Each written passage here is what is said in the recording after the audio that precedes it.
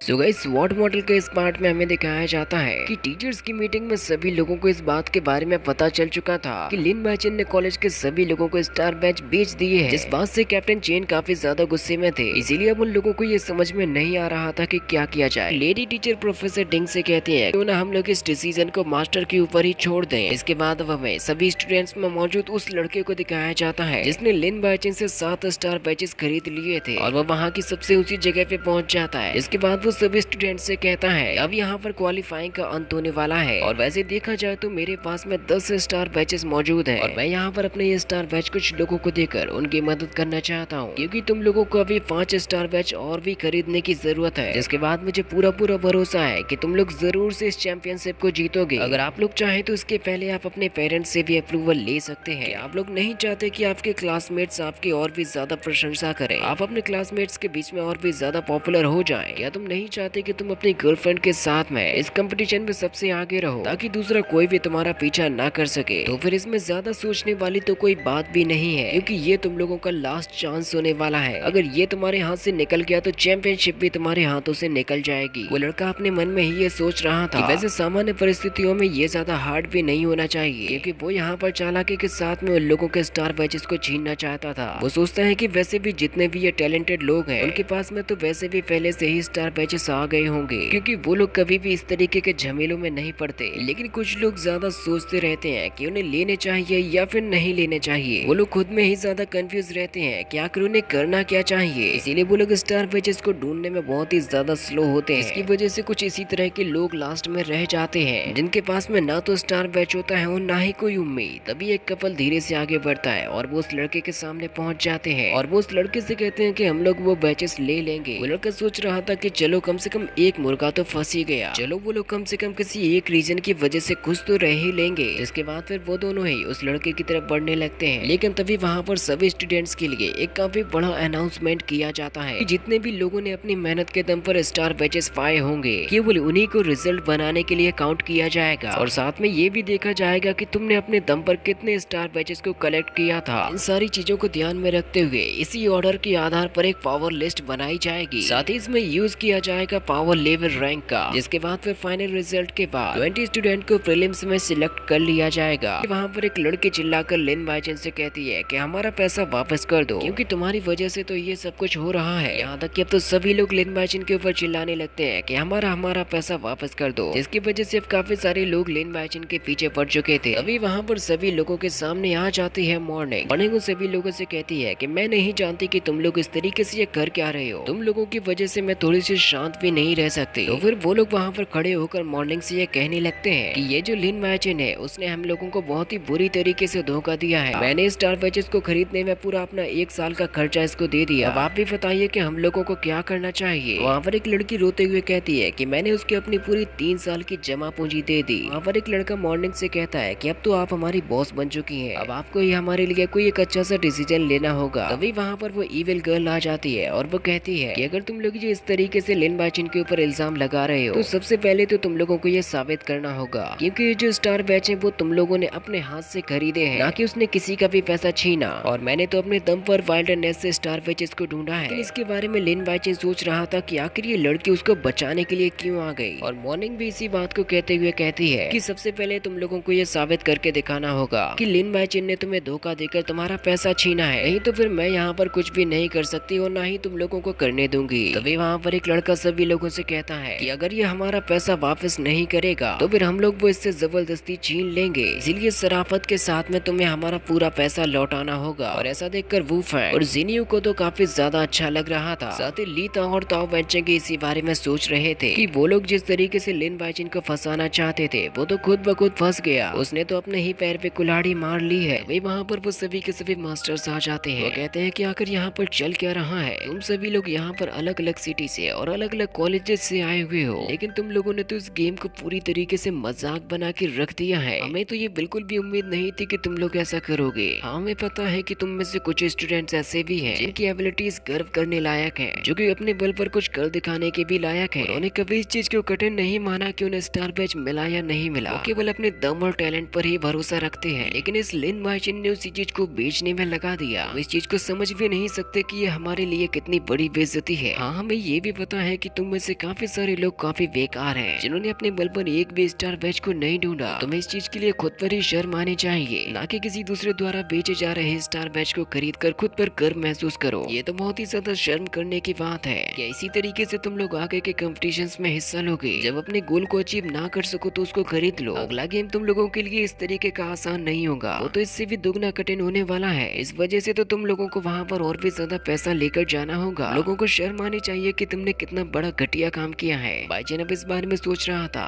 कि मुझे लगता है कि मैंने किसी रूल को तोड़ दिया है, जैसे कि शायद मुझे स्टार बैच को यहाँ पर बेचना नहीं चाहिए था। और वैसे भी कैप्टन चेन अपनी बातों में एकदम सही है। अगर इस तरीके से गेम्स को खेला जाएगा वो तो पूरी तरीके से मजाक बनकर रह जाएंगे। और ऐसे इम्पॉसिबल गेम्स में भी कमजोर लोग आगे बढ़ जाते हैं। लेकिन कुछ भी कहूँ, मुझे तो मेरा पैसा मिल चुका है। अब यहाँ पर क्या होता है मुझे उससे कोई ज्यादा फर्क भी नहीं पड़ता। और वैसे भी जो मेरे पास स्टार बैच है मैं उनको कहीं फेंकने तो नहीं वाला, क्योंकि वैसे भी मेरे हिसाब से ये स्टार बैच टोटली वेस्ट तो नहीं है। वही वहाँ पर मास्टर किंग सभी लोगों से कहते हैं कैप्टन चेन ने अभी जो सभी लोगों से कहा है वो सब कुछ एकदम सही है, क्योंकि किसी भी कंपटीशन में आगे बढ़ने का ये कोई सही तरीका नहीं है। इसीलिए अब ये गलती कभी भी किसी से दोबारा नहीं होनी चाहिए। और वैसे भी शिक्षा का उद्देश्य ये नहीं है कि हर वक्त तुम लोगों को सजा दी जाए। इसी वजह से हम लोग हंटिंग रिकॉर्ड को क्वालिफायर्स के लिए अप्लाई कर रहे हैं। जिसने जितने ज्यादा बीस्ट को हंट किया होगा वही आगे बढ़ेगा। इसी के आधार पर हम लोग पावर लेवल्स और स्टार बैचेस की संख्या का अनुपात बनाएंगे। इन्हीं तीनों चीजों का इस्तेमाल किया जाएगा फाइनल रिजल्ट को बनाने के लिए। कैप्टन चेन अब वहाँ पर सभी स्टूडेंट्स से कहते हैं कि ऑफिशियल रिजल्ट को कुछ दिनों के बाद में रिलीज कर दिया जाएगा। और जिन लोगों के भी एजुकेशनल बुक से कोई क्वेश्चन रह गए होंगे तो वो लोग पूछ सकते हैं। इसीलिए अब गवर्नमेंट को भी इस चीज के ऊपर एक अपना डिसीजन लेने के लिए थोड़ा सा वक्त तो देना पड़ेगा। और अब आप लोग वो चीज ले सकते हैं जिस चीज को रजिस्ट्रेशन के लिए जरूरत होती है। सभी के स्टार बैच उनके हाथों में होनी चाहिए। इसके बाद अब एक एक करके सभी स्टूडेंट वहाँ से आगे की तरफ बढ़ने लगते हैं। ऊपर की तरफ एक काफी बड़ी टेबल रखी जाती है जहाँ पर स्टार बैचेस को काउंट किया जाएगा। हंटिंग रिकॉर्ड को भी इसके अंदर कंबाइन किया जाएगा। बाईचेंस सोचता है कि चलो उसके पास में तो काफी सारे स्टार बैच मौजूद हैं, साथ ही उसे कई महीनों तक तो अपने लिए पैसों की भी कोई कमी नहीं पड़ने वाली है। हम सभी जानते हैं कि उसने किस तरीके से अपने पास में पैसा इकट्ठा किया था। और अब बाईचेन भी वहाँ पर अपनी सारी चीजों को रजिस्टर करा देता है। इसके बाद अब दरवाजों को खोलकर सभी स्टूडेंट्स को वहाँ से रवाना कर दिया जाता है, क्योंकि अब ये जो इस कंपटीशन का टेस्ट राउंड था वो कंप्लीट हो चुका था। इसीलिए अब सभी के सभी स्टूडेंट अपने अपने वाहन की मदद से अपने अपने कॉलेज की तरफ जा रहे थे, जहाँ पर हमें एक गाड़ी में बाईचेन भी बैठा हुआ दिखाई देता है। बाईचेन सोचता है कि उसे ये कभी भी नहीं लगा था कि वो इस चीज को कंप्लीट कर पाएगा। प्रोफेसर बाईचेन से पूछते हैं कि क्या तुम यहाँ पर अपना न्यू ईयर बिताना चाहते हो? बाईचेन प्रोफेसर से कहता है कि नहीं, बिल्कुल भी नहीं। ये चीज सोच भी कैसे सकते हैं कि मैं ऐसा करना चाहूंगा? प्रोफेसर बाईचेन से कहते हैं कि अभी तुम्हें इस चीज का अंदाजा भी नहीं है कि तुमने पहले कितना बड़ा लफड़ा कर दिया था। तो बाईचेन यहाँ पर किसी और ही बारे में बात करने लगता है। तो मास्टर उससे कहते हैं कि तुम मेरी बात को मत बदलो, मैं तुमसे जो पूछ रहा हूँ उस चीज का जवाब दो। ये एक बहुत ही बड़ा अचीवमेंट था कि तुमने अपने बल पर 78 स्टार बैचेस ढूंढे थे, लेकिन फिर उसके बाद तुमने एक बहुत ही बड़ी बेवकूफी वाला रास्ता चुना। अब इसके ऊपर बाईचेन का जवाब क्या होगा, क्या आप इसके बारे में जानते हो? क्योंकि इसकी आगे की स्टोरी हमें नेक्स्ट पार्ट में दिखाई जाएगी।